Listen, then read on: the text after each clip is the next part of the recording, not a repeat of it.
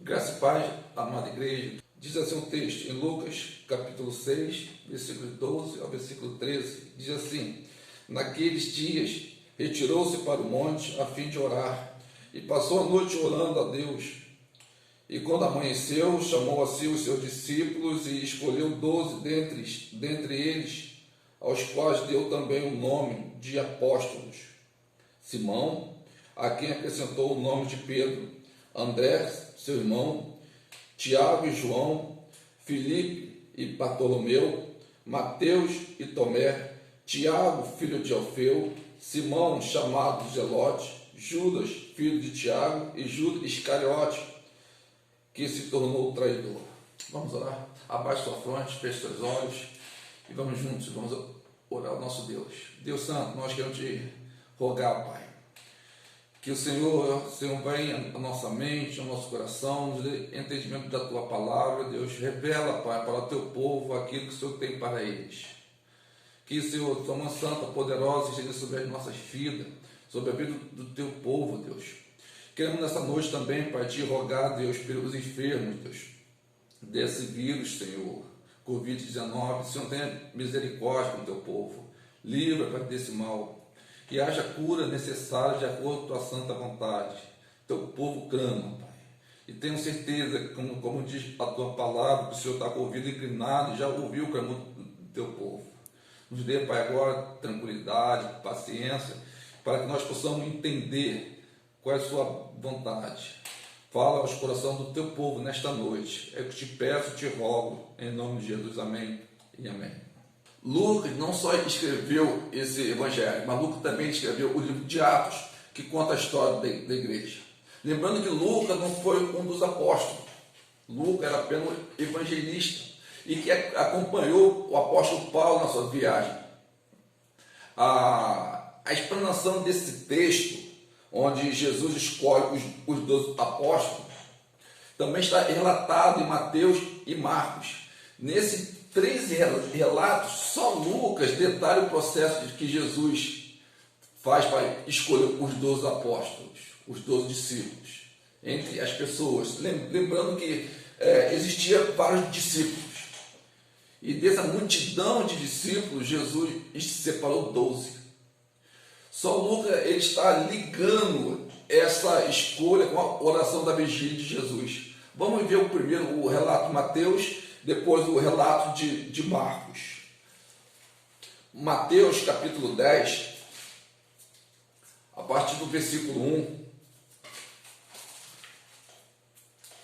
Mateus ele relata do seguinte modo: tendo chamado os seus 12 discípulos, deu-lhes Jesus autoridade sobre o espírito imundo para os expelir e para curar toda a sorte de doença e de enfermidade. Agora Marcos capítulo 3, versículo 13, Marcos relata deste modo: depois subiu ao monte e chamou os que ele mesmo quis, e vieram para junto dele. Pois bem, Mateus e Marcos eles não dão a evidência de que Jesus subiu ao monte, passou uma noite orando antes de escolher os seus apóstolos, antes de escolher os seus discípulos. Então, nesta noite, eu quero trazer um tema para a igreja, trazer um tema para você. Uma verdadeira vida de oração nos leva para uma verdadeira vida cristã. E o que nos ensina essa oração da vigília de Jesus no monte? No ponto 1, nos ensina que a oração de Jesus é a oração de Deus. A oração de Jesus é a oração de Deus. Era uma oração mergulhada em Deus, totalmente centralizada em Deus. Não era uma oração só para receber a aprovação de Deus sobre a sua vontade já determinada. Não é aquela oração onde as pessoas fazem uma oração já sabendo o que ela quer e como quer que seja. Mas Jesus ele buscou a vontade soberana de Deus. Jesus escolheu a vontade de Deus e a vontade decidida por ele. é na oração que praticou esta vontade. Observe bem que na vontade de Deus estava Judas Iscariote, amado. Aquele que iria vender, aquele que iria trair o próprio Jesus. Já imaginou a situação de Jesus? Jesus, ele tinha escolhido os 12 discípulos. Se fosse você ia escolher os 12 discípulos para caminhar com você. Você ia escolher os 12 discípulos, você ia ensinar ele. Com certeza, você não ia escolher aquele que você sabe que ia trair você. Jesus sabia que Judas ia traí-lo, mas Jesus ele estava agindo, estava seguindo a vontade de Deus, porque essa oração não era a oração de Jesus, mas era a oração do próprio Deus. Jesus estava ali no monte, orando a noite inteira. Jesus estava buscando a vontade de Deus, como diz o apóstolo Paulo, em Romanos 12, versículo 2. E não vos conformei com este século, mas transformai-vos pela renovação da vossa mente, para que experimenteis qual seja a boa, agradável, perfeita vontade de Deus. Quando nós seguimos a vontade de Deus, nós entendemos que é a melhor coisa que temos que fazer, porque a vontade de Deus é boa, é perfeita e agradável. E Jesus, ele entendeu, Jesus, ele orou a Deus, mas a oração realmente era de Deus, porque era a vontade de Deus que tinha que ser feito ali, não a vontade de Jesus. Quando nós oramos, a oração tem que ser de Deus, a vontade tem que ser feita de Deus, não minha, não sua. A segunda coisa que nos ensina essa vigília no monte, essa oração de Jesus, é que a oração de Jesus é uma oração para não desistir, é uma oração perseverante. A oração continuou, e olha para o texto, vamos lá para o texto. Diz assim, Lucas capítulo 6, versículo 12, e a parte A do versículo 13. Diz assim, naqueles dias, retirou-se para o monte a fim de orar, e passou a noite orando a Deus. Versículo 13, a parte A. E quando amanheceu. Olha, Jesus, diz no versículo 12, que naquele dia ele retirou-se para o monte a fim de orar. Jesus foi ao monte com um propósito. Jesus tinha um propósito naquele dia, era orar, era ouvir de Deus.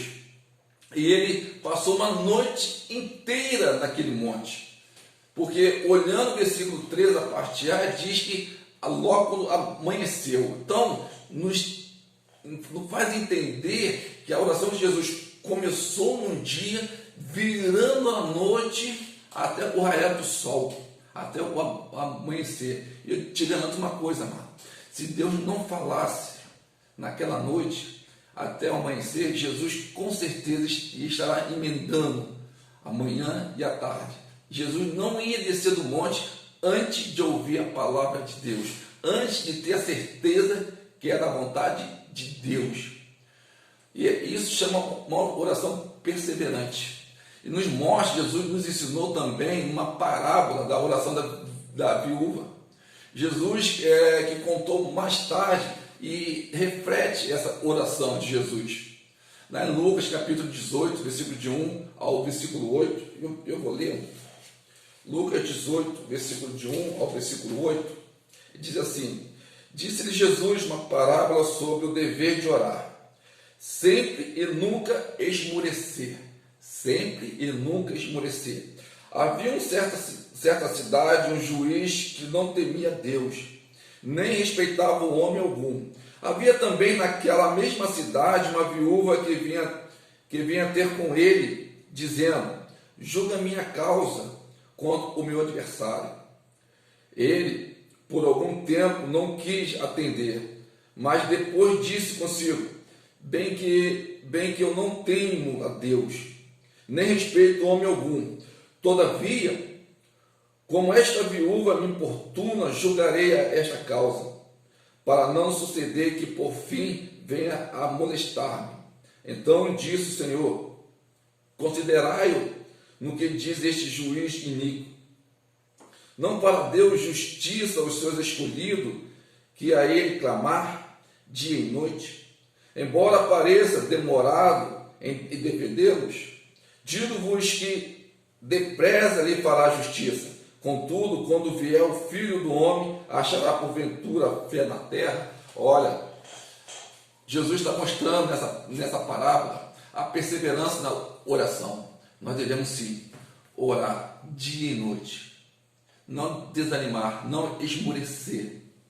Também Jesus nos ensina também outra parábola que relata lá em Lucas, capítulo 11, versículo 5 e o versículo 8, que diz assim: disse-lhe ainda Jesus: qual dentre vós, tendo um amigo, e este for procurar à meia-noite e lhe disser: amigo, empresta-me 3 pães,